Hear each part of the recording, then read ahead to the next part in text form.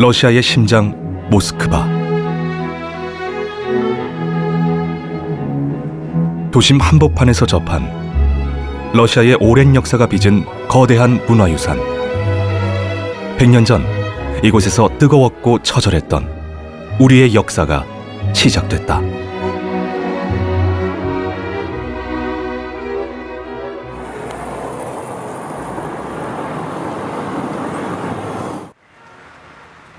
우리가 만난 한인 2세대는 러시아에서 파란만장한 삶을 살다 오래전 돌아가신 아버지의 모습이 담긴 사진 한 장을 꺼내 보여줬다.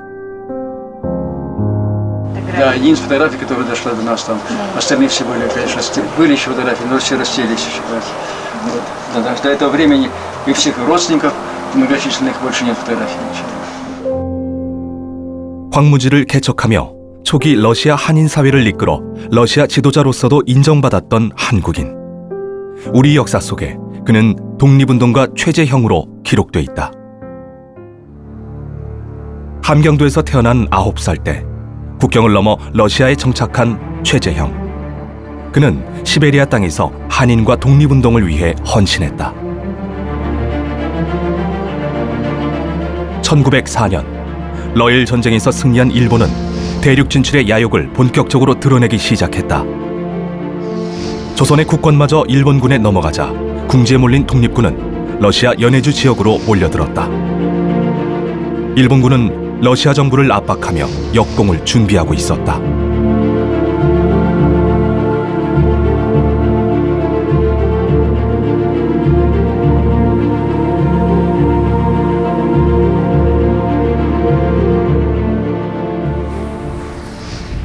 (100년) 전 독립운동의 중심지였던 러시아 연해주의 우슬리스크.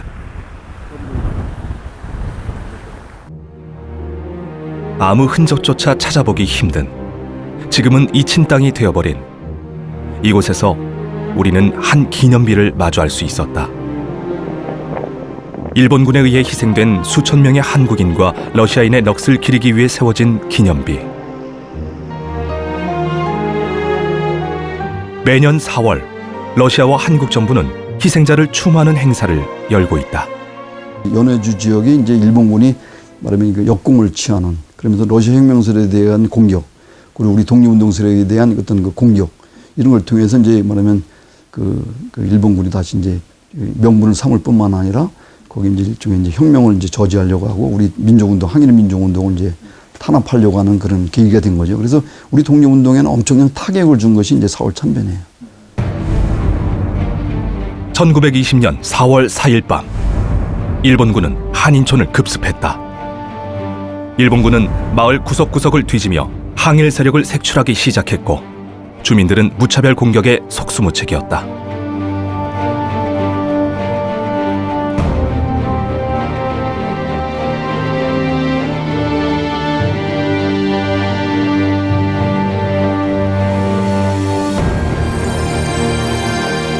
무려 한 달 가까이 계속된 일본군의 공격에 거리는 온통 피로 물들었고 마을은 초토화됐다.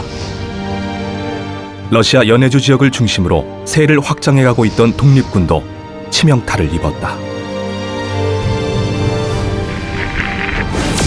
일본군은 독립운동에 가담한 76명의 조선인을 체포했다. 그중 독립운동을 주도한 최재형을 포함한 4명의 애국지사를 처형했다.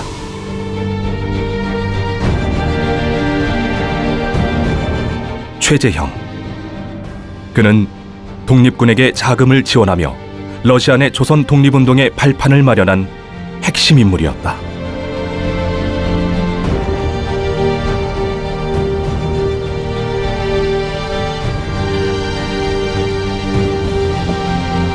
한국 출신의 러시아인 최재형. 그의 또 다른 이름은 최표트르 세면오비치다.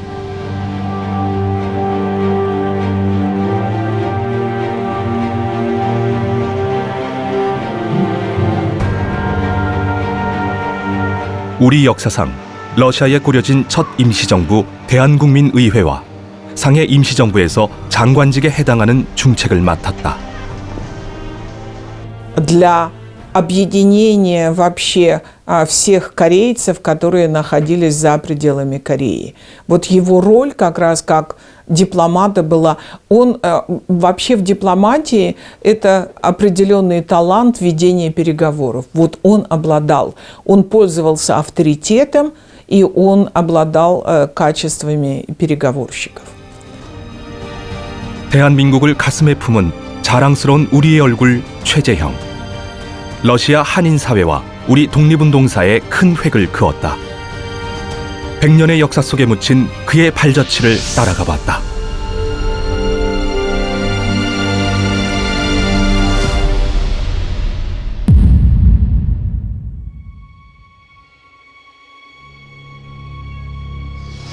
최재형. 그는 누구인가? 러시아의 수도 모스크바. 웅장하면서도 광활한 역사를 자랑하는 이곳에서 100년의 세월 속에 흩어져 버렸던 우리의 흔적을 찾아보기로 했다. 수소문 끝에 최재형의 손자와 연락이 닿았다. 우리를 보자마자 그는 깊숙이 보관해뒀던 무언가를 찾아 꺼내 보여줬다. 아버지로부터 전해 내려온 유물이었다. Грамота. Это в 95 году нас пригласили с дочерью Елизаветой Петровной. Елизавета Петровна, это младшая дочь была. Пригласили в Сеул на празднование 50-летия освобождения Кореи. Это 5 августа. 여든을 넘긴 최 발렌틴이 기억조차 없는 할아버지의 유물을 평생 소중히 간직해온 진짜 이유는 무엇일까? 이것은 1962년 대한민국 정부가 수여한 건국 훈장이다. 최재형은 정부가 국가유공자로서 처음으로 인정한 인물 중 한 사람이다. Только что Республика Корея утвердила эти награды как таковые. Вот. И один из первых получил эту награду Чжэхин, наш дедушка, наш дед, мой дед. И вот то, что дед наш действительно является сейчас героем великим вообще-то, это, конечно, было для нас всех это было большим праздником и со слезами, что называется. 최재형은 미소 냉전 체제에 갇혀 역사 속에 묻혀 있다. 40여 년이 지나서 그 공로를 인정받게 됐다. Сейчас никого не было, сейчас никакой женщины. 그 배경에는 아버지에 이어 평생 최재형에 관한 기록을 찾아다니며 세상에 알려온 자손들의 노력이 있었다. Конечно, когда вы знаете, мне больше всего волновало, когда я в архивы находил, в российских архивах находил записи о нем, его документы. Это бы, конечно, перехватывало дыхание, что называется, потому что это вот действительно живой документ, живые слова, которые свидетельствуют о деятельности, о том, что он действительно не только жил, но и боролся. И вот документально, хотя это в России не приветствовалось, это вот движение, сопротивление, потому что известно, что в России в это время была после поражения в русско-японской войне. 과거 연해주 한인촌 집마다 그의 초상화가 걸려져 있을 정도로 최재형의 위상은 높았다. Вот. Я хочу сказать, вот у Чжэхина было две цели, я скажу, еще было. Это освобождение Кореи, освобождение Родины и обустройство корейцев в Российском Приморье, своих земляков обустройство. Вот. И я скажу, что он едва ли не единственный человек, который получал награды и царской России, и Республики Кореи. Вот. Он то есть получал награды и за обустройство корейцев, крестьян отцоотечественников в России, и как борец за независимость Кореи. Вот видите, это вот стопка, серебряная стопка такая. Дед ее привез из Санкт-Петербурга, когда он ездил на коронацию Николая II, 1896 год. Здесь Санкт-Петербург, видите, это вот оттуда было совершенно четкое свидетельство того, что дед ездил в Петербург и в Москву. Это одна из реликвий вот такая осталась, видите, какая. 러시아 특유의 화려한 기풍이 담긴 이 잔은 최재형이 러시아 황제 대관식에 갔다 가져온 기념품이다. 최재형은 러시아 정부로부터 금은 메달 훈장 5개를 받을 정도로 신임받은 유일한 한국인이었다. 대한민국 정부로부터 최재형의 업적을 인정받기까지 40년. 가족들은 긴 고통의 세월을 보내야 했다. 최재형이 일본군에 의해 사살된 후 그의 직계가족 7명은 특별한 이유 없이 목숨을 잃는 참변을 당했다. 최재형이 왜, 어떻게 숨졌고 그 유해가 어디에 있는지 손자 최 발렌틴은 아직도 풀리지 않는 수건에 평생을 걸었다.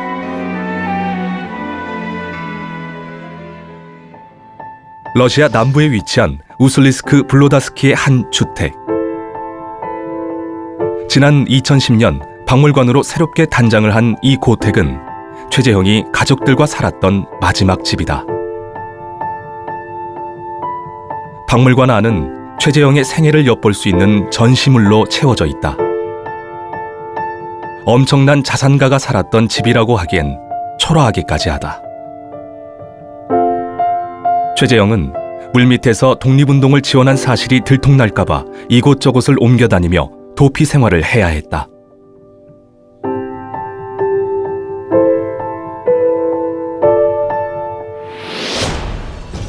한인촌 비극의 그날, 최재형은 러시아 당국과 접촉을 시도하며 한인촌 피해 사실을 알리기 위해 백방으로 뛰어다녔다. 그러나 러시아 혁명 세력마저 무장 해제된 상황에서 일본군의 기습 공격을 당해내기엔 역부족이었다. 최재형 역시 포위망을 좁혀오는 일본군을 피할 수 없었다.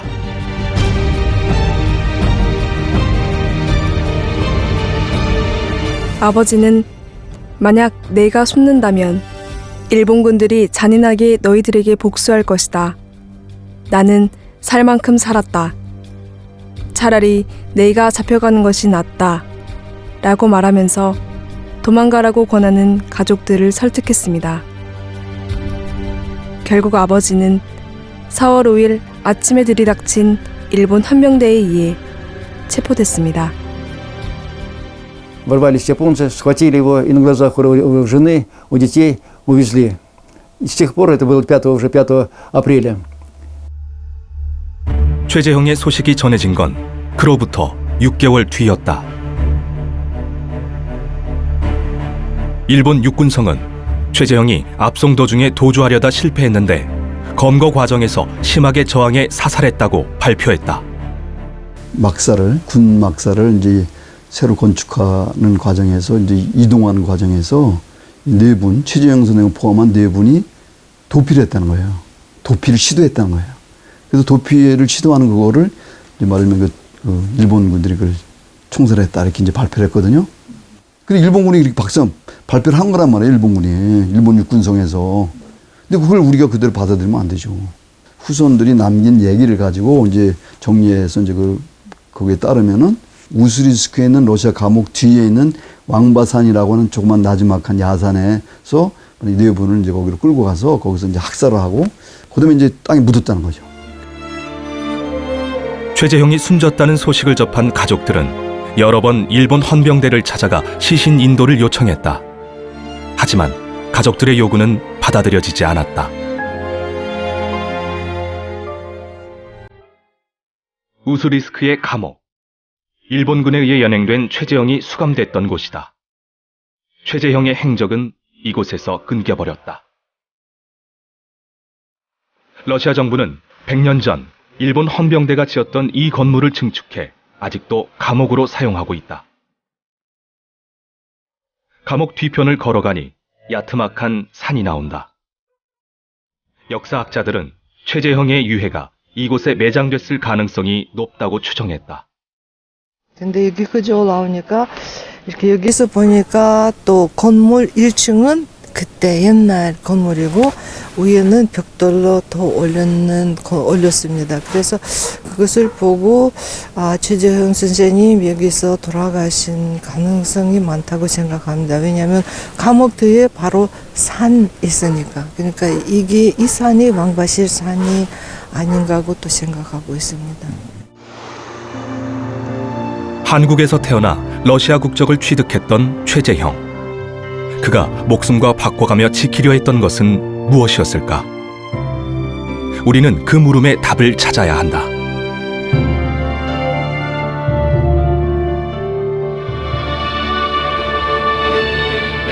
서울 덕수궁 증명전.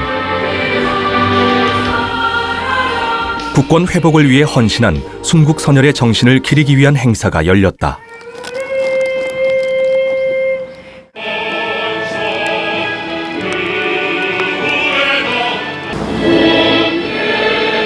애국가를 부르는 무리 사이 눈에 띄는 러시아 청년이 있었다. 한복을 차려입은 이 청년은 최재형 선생의 4대 손 최일리아다.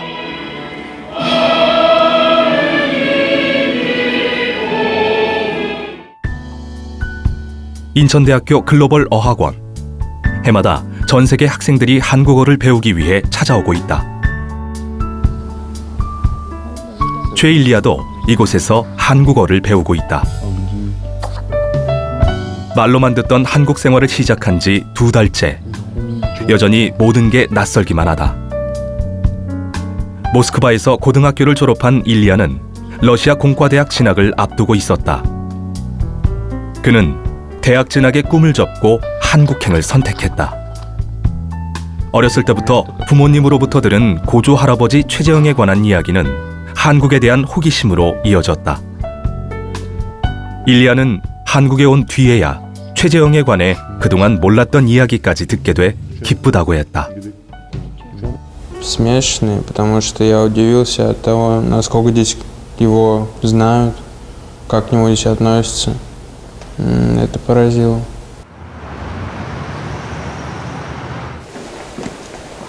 일리아가 친구들과 외출에 나섰다. Ильхом, ты что думаешь? Да. 일리아는 최재형이 러시아 국적을 취득했음에도 왜 조선을 지키는 데 앞장섰는지 알고 싶다. 2달 전 한국에 온 일리아가 가장 먼저 찾았던 현충원. 오늘도 일리아의 발길은 이곳으로 향했다. 대형 비석 앞에서 걸음을 멈춘 일리아. 한참 동안 비석을 살펴보더니 무언가를 발견한다. 일리아가 찾던 그 이름, 최재형. This hero. 아직 유해조차 찾지 못한 최재형은 비석에 그의 아내와 함께 이름만 새겨져 있다. 러시아 한인 사회가 정착하는 데 앞장선 최재형. 그리고 그가 목숨과 바꾼 한국. 일리아는 최재형에게 한국은 돌아오고 싶은 나라였을지도 모른다고 말했다.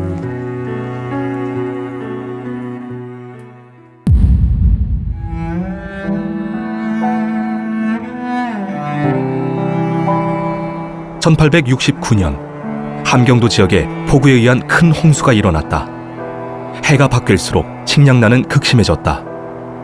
수많은 사람이 먹을 것을 찾아 거리를 헤맸고 굶주림을 견디다 못한 사람들에게 인육을 먹는 끔찍한 일까지 일어났다. 함경도 경원에서 가난한 소장농의 아들로 태어난 최재형은 9살 때 아버지와 함께 두만강을 건너는 목숨을 건 탈출을 감행했다. 국경을 넘은 최재형이 도착한 곳은 러시아와 북한을 가로지르는 두만강 국경에서 50km 떨어진 곳에 위치한 지신허였다. 철조망 너머 저 멀리 억새풀에 덮여있는 허허 벌판이 고려인 최초의 정착지 지신허다. 최재형 일가가 도착했을 때 13가구의 고려인이 살고 있었다. 이주한 조선인들이 계속 증가하면서 한때 지신허는 1700명이 살았다. 이제는 닿기 힘든 금단의 땅이 되어버린 지신허. 러시아로 이주한 고려인은 시베리아 벌판을 일궈 농사를 짓고 어려운 형편을 이어갔다. 두만강이 인접해 있는 포시에트 항구. 농사를 도우며 한인 최초로 러시아 정교회 학교에 입학한 소년 최재형은 돌연 집을 뛰쳐나와 이곳을 찾았다. 가난에 지친 가출이었다.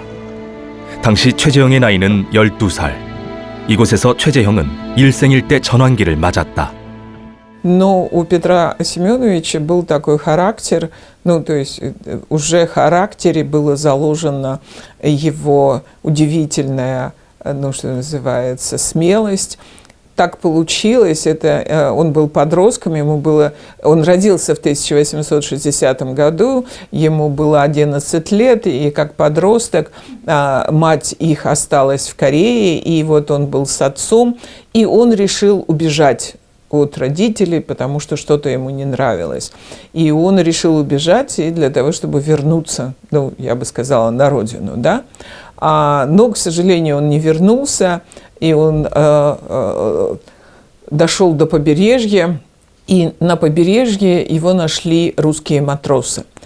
И взяли его на судно. Взяли его на судно,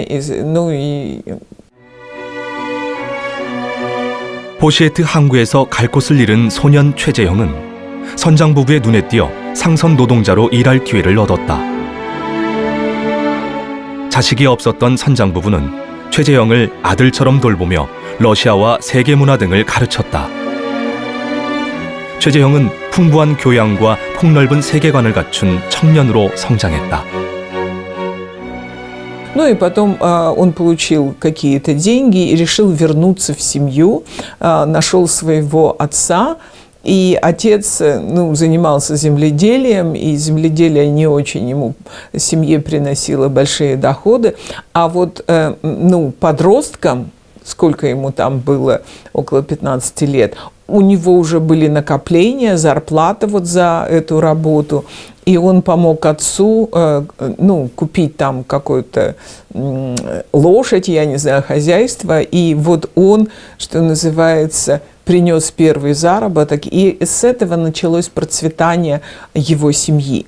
И в 22 года он женился, и все было хорошо, и то есть для внутреннего употребления он сохранил свое корейское имя, а в его общественной деятельности, вот, в которой он участвовал, он был именно Петром Семеновичем. 6년 동안 상선 노동자로 일하며 세계 일주를 한 최재형은 다시 포시에트 항구로 돌아왔다. 하지만 가족들은 이미 거처를 옮긴 상황. 수소문 끝에 가족들이 있는 연추로 갔다.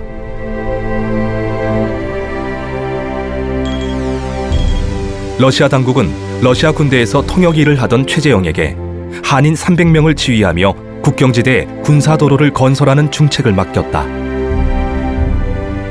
그동안 러시아 말을 몰라 부당한 대우를 받아야 했던 조선인 노동자에게 최재형은 더없이 좋은 적임자였다. 러시아 정부의 극동지역 진출을 위한 도로 공사는 10년 만에 성공적으로 끝났다. 이는 그동안 불법 이민자로 간주했던 한인들에 대해 러시아 당국이 정식으로 국적 취득을 허용하는 계기가 됐다. Он выполнял роль переводчика прежде всего, и он превзошел эту роль переводчика, и он стал посредником, не только, что называется, как переводчик, но он участвовал уже в коммерческих делах, то есть нанимали корейских рабочих, он занимался выплатой зарплаты, вел переговоры об этом, и во многом именно благодаря его успешной посреднической деятельности российские власти оценили его, что называется, услуги и дали ему возможность заниматься бизнесом, который позволил ему открыть множество школ для изучения русского языка для корейских детей. Эти школы для обучения. И благодаря этому российские власти, соответственно, решили дать гражданство всем корейцам, которые переселились на территорию Приморья до 1884 года. 정식 국적 취득으로 한인들의 목소리가 커지자 러시아 정부는 한인 마을에 대해 자치 행정권을 부여했다. 도로 건설을 추진하면서 지도자로서의 면모를 인정받은 최재형은 선거를 통해 우리나라의 읍 면장에 해당하는 연해주 도헌으로 선출됐다. 도헌이 된 최재형은 제일 먼저 한인들이 경제적으로 자립할 수 있는 자구책 마련에 힘을 쏟았다. 러시아인들이 본격적으로 이 지역에 이제 이주해서 정착하기 이전에 우리 한인들이 이제 바로 그 국경의 안정, 새로 개척한 러시아 땅, 연해주를 이제 개발하고 그걸 이제 뭐냐면 안정적으로 이제 활용할 수 있는 그런 지역으로 바꾸는 데서 아주 지대한 역할을 한 것이고, 러시아 그 카자크 군대들, 러시아 그 국경지대를 수비하는 그 러시아 군인들에 대한 여러 가지 뭐 채소라든가 여러 가지 소고기라든가 뭐 이렇게 그런 여러 가지 식량 같은 거 제공해주고, 그다음에 이제 건설 같은 거, 중요한 뭐 간단한 뭐 집이라든가 어떤 뭐 이렇게 군사 막사라 같은 거 줘주고, 이런 역할들을 우리 한인 농민들이 많이 했단 말이에요.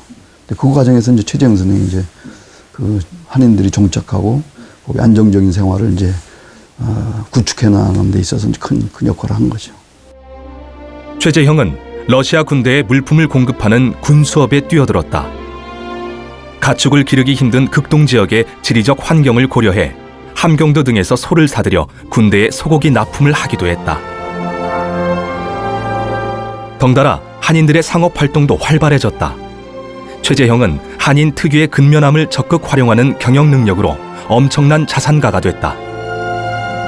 교육의 중요성을 누구보다 잘 알았던 최재형. 벌어들인 돈은 학교와 교회 설립에 썼다. Он договаривался о поставках продовольствия.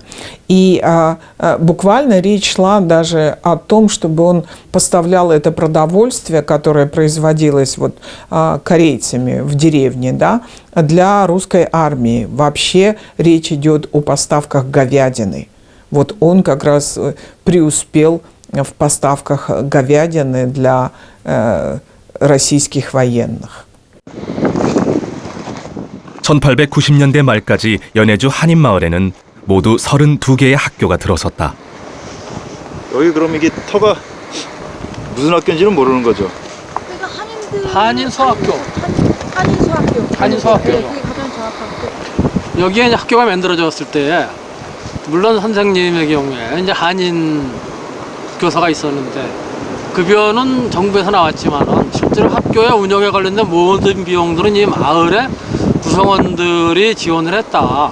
마을의 구성원들이 지원했다는 것은 대다수의 한인들도 있었지만 그중에 중심적으로 그러한 학교 건물을 짓거나 중요한 것들을 갖추고 그럴 때 큰 돈이 들어가고 그런 것들을 또 구하고, 그런 데 있어서 최재형 선생님의 역할을 무시할 수가 없었죠, 사실.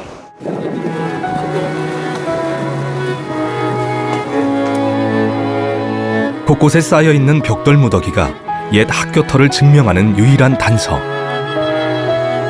최재형은 교육이 곧 미래라고 봤다. 때문에 상급학교 진학을 원하는 학생에게는 장학금까지 지원하며 공부할 수 있는 길을 열어줬다.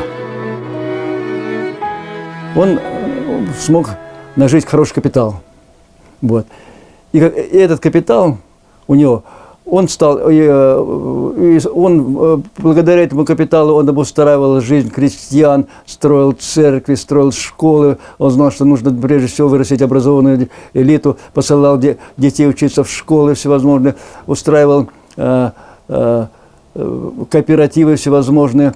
Когда у него были деньги, он мог с ними распоряжаться, уже мог обустраивать жизнь.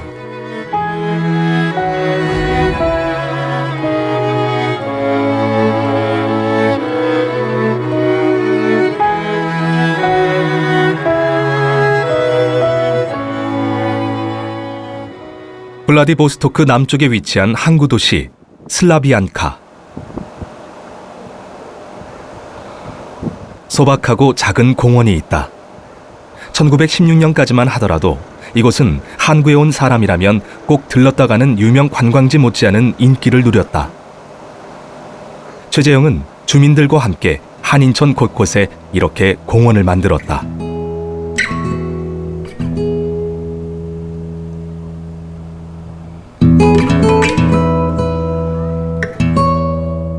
최재형은 한인들과 낯선 땅을 가꾸면서 러시아를 제2의 모국으로 여겼다.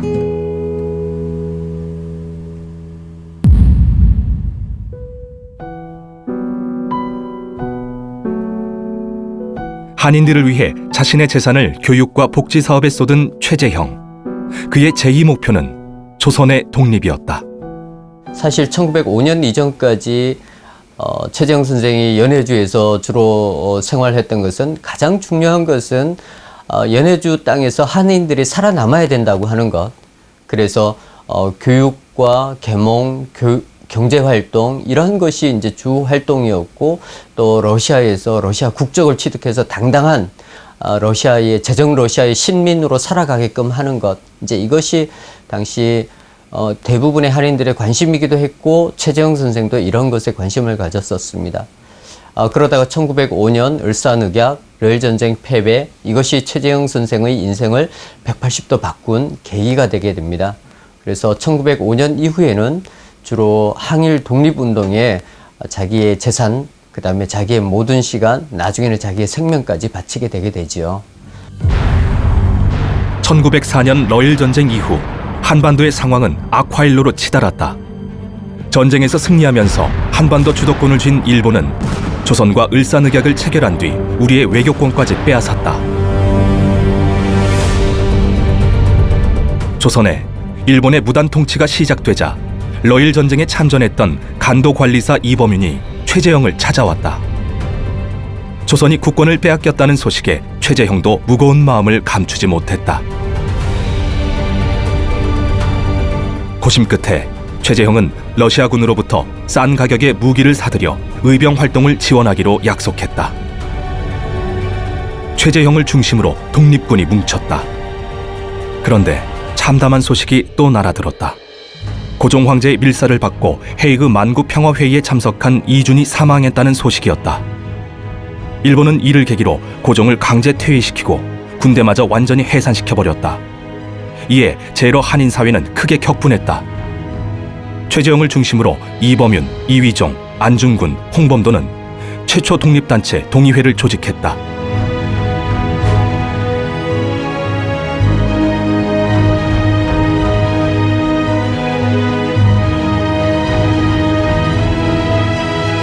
대부분 이들은 만주에서 대정교를 비롯한 민족 종교를 중심으로 뭉친 세력이었다.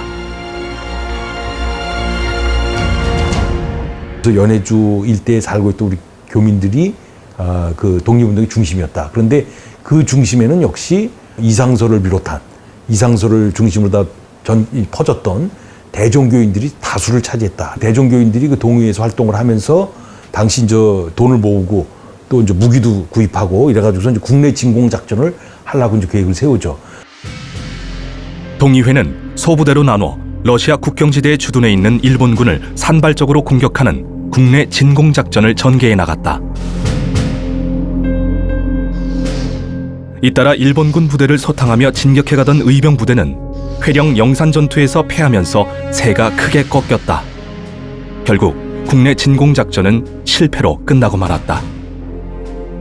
1908년에 이제 그 국내 침공 작전을 하잖아요. 우리 연해주 의병들이 이제 동의회를 비롯해가지고 이제 최재형 선생님이 총장이죠. 동의회 이제 총장을 하셨는데 이 동의회가 이제 중심이 돼가지고 말하면 그 국내 진공 작전 함경도 그 두만강의 국경 지역에 대한 대대적인 이제 그 침공 작전을 해요. 우리 연해주 의병들이 일본군을 상대로 해서 그래서 그 두만강 건너편에. 근데 그게 이제 1908년 이제 7월 8월에 이제 그게 이제 국내 진공 작전이 이제 벌어지는데 그게 이제 실패로 돌아가죠. 최재형 선생의 주요 관심사는 두 가지였습니다. 자신의 민족, 자기가 한민족이라고 하는 그래서 자신의 고국인 대한민국을 대한민국이 국권 회복해서 독립하는 것 이것이 하나의 주요한 목적이었고 또 하나는 연해주에 살고 있는 한인들 이들이 당당하게 살아가는 것 이 두 가지가 공동의 목적이었다고 볼 수가 있습니다. 그래서 이 두 가지 목적을 가장 효율적이면서도 적절하게 결합하는 것이 무엇일까? 바로 이것이 이제 언론 활동입니다. 그 언론 활동의 핵심은 바로 신문을 발간하는 것이죠. 그런 측면에서 이 대동공보신문이라든가 대항보라든가 권업회에서 발간한 권업신문 이것은 굉장히 중요한 역할을 했다고 볼 수 있습니다. 국내 진공작전이 실패로 끝나자 최재형은 고민에 휩싸였다. 그는 무장투쟁에서 계몽운동으로 노선을 전환하기로 했다. 블라디보스톡 최대 번화가 아르바트 거리. 과거 한인들이 개척했다고 해서 개척리로 불리기도 했다. 거리 한복판에 들어선 이 건물터는 1908년 11월 연해주 최초의 한글 신문인 대동공보사가 있었던 자리다. 최재형이 계몽운동의 일환으로 세운 대동공보.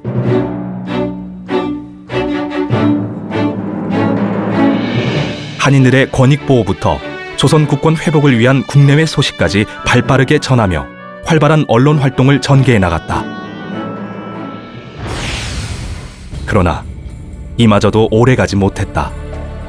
1910년 한일 합병 이후 일본은 러시아 정부의 대동공보 폐간을 요청했다. 많은 어려움 속에 3년 동안 발행된 대동공보는 결국 폐간됐다. 이렇게 일본이 러시아 정부를 압박하기 시작하자 그동안 조선인에 대해 우호적이었던 러시아 정책도 바뀌었다. 조선인의 농장을 몰수하는 등 조선인 배척법이 제정된 것이다. 독립군은 일본군의 감시를 피해 연해주에 독립운동 근거지를 마련했다. 이번에도 역시 최재형이 독립군의 중심이 됐다. 이미 연해주 지역에서는 최재형이라고 하는 인물이 한인들의 대북격으로 가장 중요한 중심적인 역할을 하고 있었던 것이죠. 그래서 당시 양치해에 있던 최재형 선생 집으로 안중근 의사가 찾아오게 되면서 첫 만남을 하게 됩니다. 그래서 1909년 2월 달에 동의회 총장 최재형 집에서 단지 동맹, 이 단지 동맹을 결행을 하게 됩니다. 연해주 크라스키노. 1909년 러시아에서 독립운동이 가장 격렬하게 일어났던 지역이다. 당시 이곳에 있던 최재형의 집이 독립군들의 집결지였다. 안중근도 최재형의 집에서 일생일대 거사를 준비했다. 자신의 실책 때문에 국내 진공작전이 실패로 끝났다며 자책하던 안중근에게 어느 날 반가운 소식이 전해졌다. 2등 방문의 블라디보스톡 방문 계획이었다. 안중근에게 놓칠 수 없는 절호의 기회였다.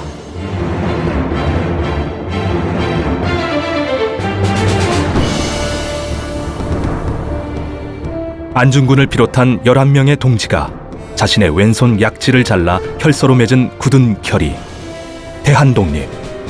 이들은 조선 독립을 위해 기꺼이 목숨을 바치겠다며 단지 동맹을 맺었다. 하얼빈역에 울려 퍼진 세 발의 총성.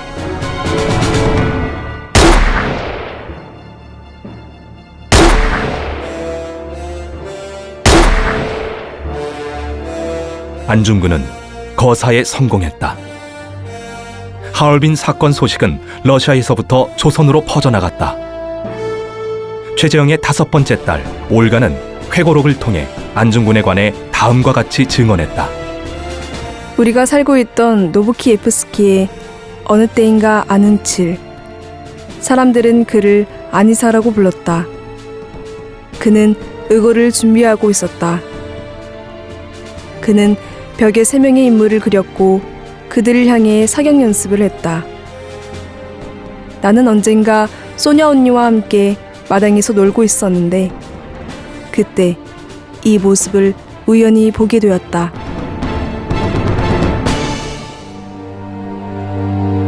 안중근은 현장에서 일본군에 체포돼 여순 감옥에 갇혔다. 그의 첫 공판이 시작됐다. 일본 당국은 안중근 거사의 배우로 가장 먼저 최재형을 지목했다. 아주 밀접한 관계를 가졌죠.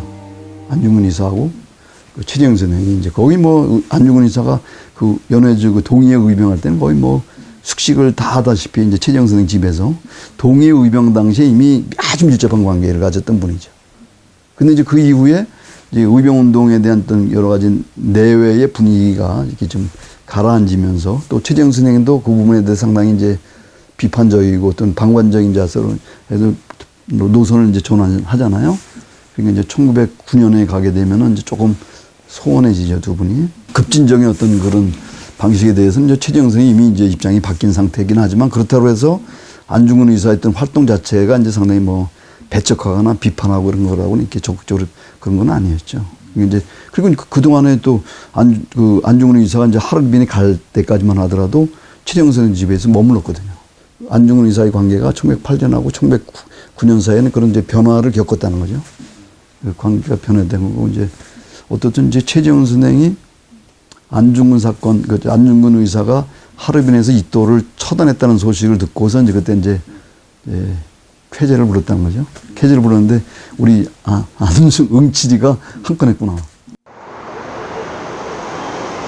일본은 하얼빈 의거의 배우로 지목한 최재형에게 밀정 혐의를 씌워 러시아 정부에 거짓 정보를 흘렸다. 이를 근거로 연해주 군정은 최재형에게 추방 명령을 내렸다.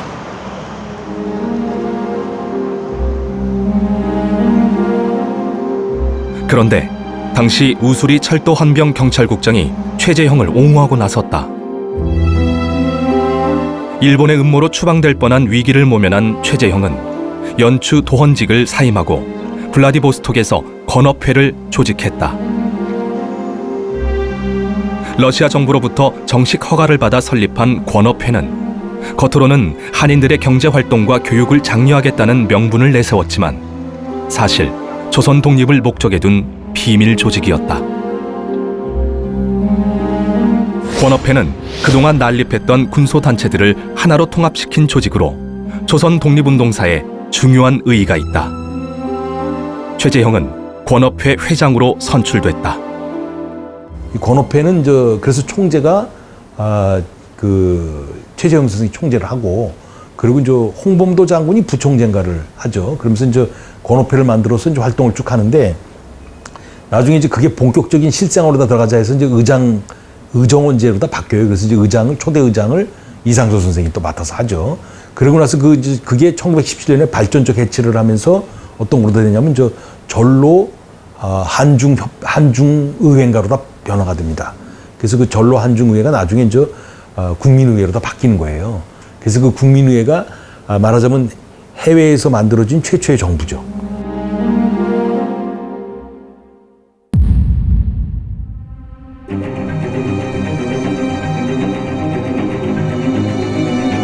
제1차 세계대전이 발발하자 러시아 연해주 지역의 독립운동도 급격히 쇠퇴해갔다.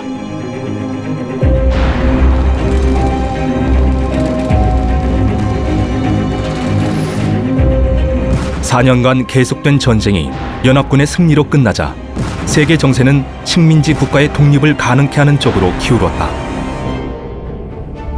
러시아 연해주 한인 사회에도 그동안 움츠러들었던 독립에 대한 열망이 꿈틀대기 시작했다.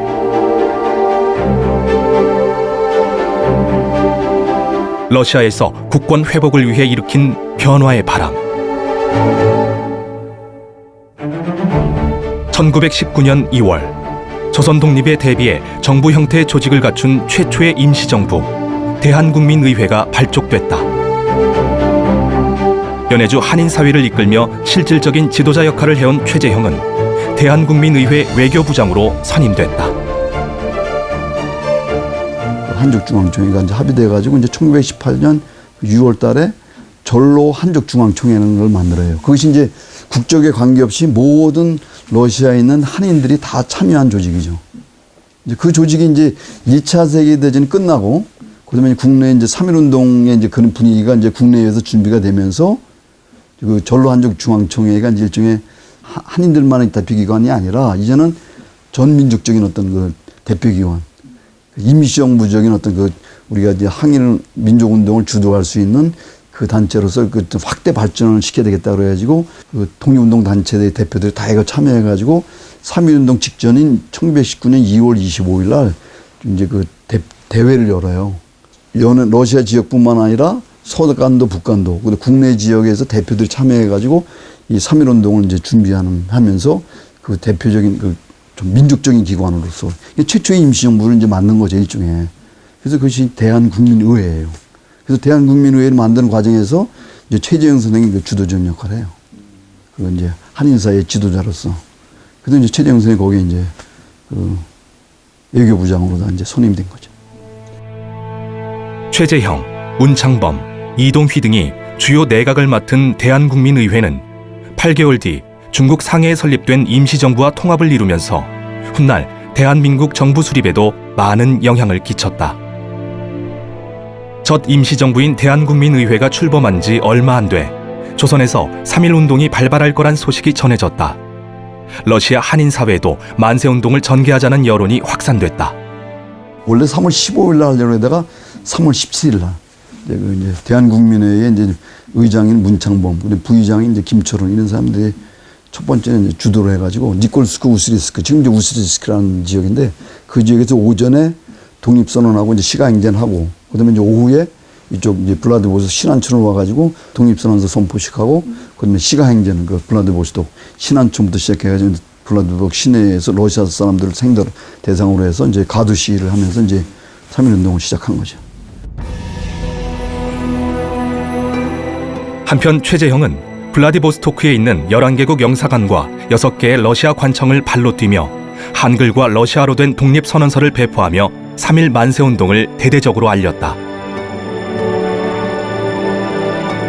우스리스크에서 불붙기 시작한 3.1 만세운동은 일본군을 자극했다.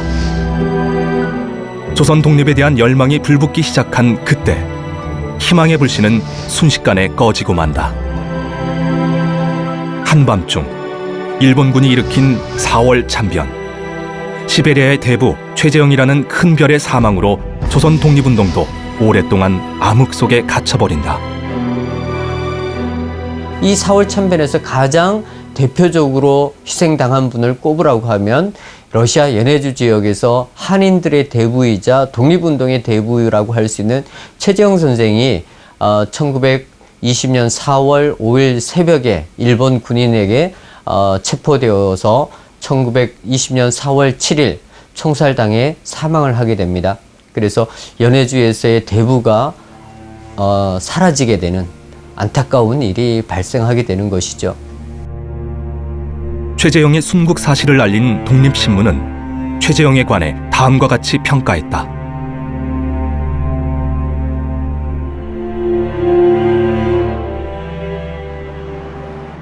모스크바의 한 식당.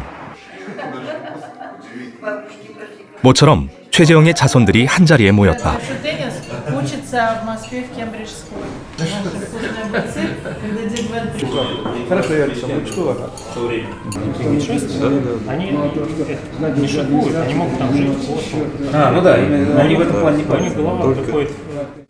이들 대부분은 러시아에서 나고 자란 최재형의 3대 손이다.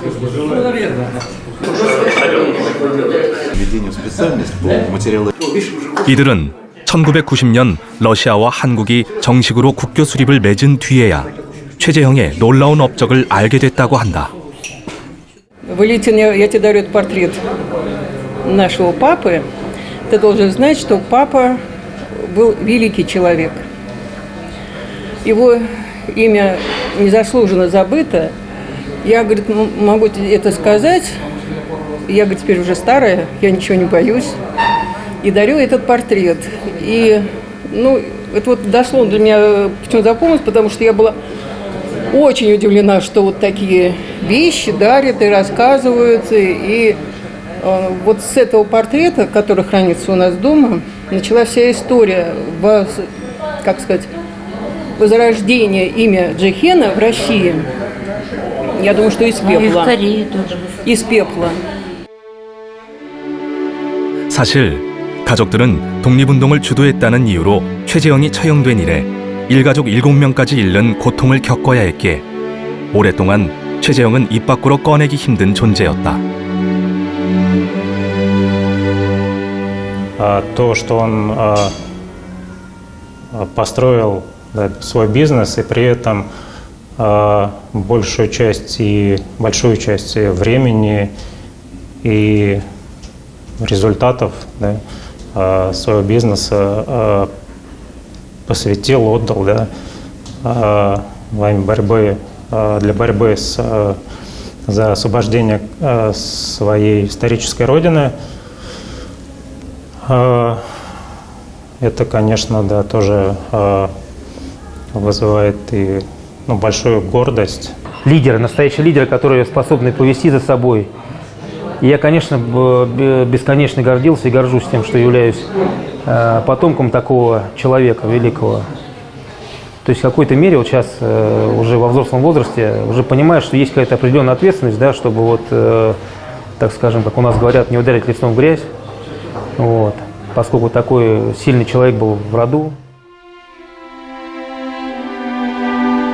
한인 사회와 조국 독립을 위해 헌신한 최재형이 있었기에 지금 우리가 있다고 말하는 그의 후손들.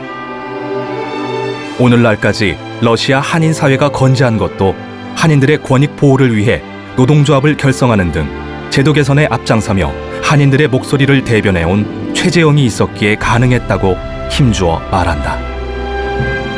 자랑스러운 우리의 아버지 최재형. 가족들은 그의 유해가 하루속히 고국의 품으로 돌아가길 바란다고 했다.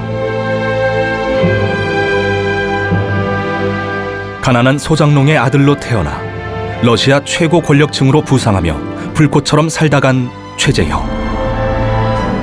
러시아인이었지만 누구보다 조선의 독립을 뜨거운 가슴으로 열망하며 마지막 순간까지 대한민국의 앞날을 걱정하며 숨을 거뒀다. 러시아 땅의 심은 치열했던 우리의 역사. 아직도 돌아오지 못하고 있는 그를 우리가 가슴 깊이 기억해야 하는 이유다.